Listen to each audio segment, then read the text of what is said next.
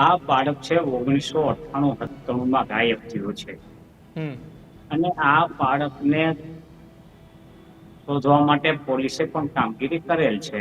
હમ આ બાળકને માટે ફરિયાદ પણ થયેલી છે ગુમ થયાની હમ કે અપહરણ થયાની, પરંતુ હજી સુધી તેમની ભાળ મળી નથી.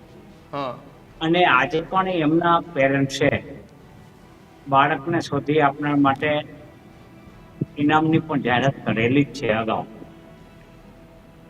એટલે કોઈ પણ વ્યક્તિ શોધી આપે એને, અને એને કેટલીક માનતાઓ પણ રાખેલી છે બાળક મળી જાય એની. આજે પણ એની આસ્થા એ જીવિત છે કે બાળક ક્યાંક મને મળશે. હમ આજે પણ એ શ્રદ્ધામાં જીવે છે.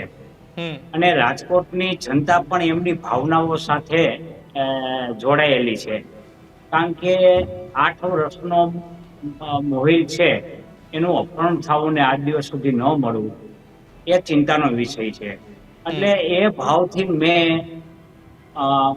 બાબા બાગેશ્વર આવવાના છે ત્યારે ખાલી એટલું જણાવી દઈએ કે બાળક ક્યાં છે, કઈ પરિસ્થિતિમાં છે, ક્યાં છે, અને એનું અપહરણ કરનાર કોણ છે. એ તો ત્રિકાલ જ્ઞાની છે, હમ એ તો જણાવી શકશે.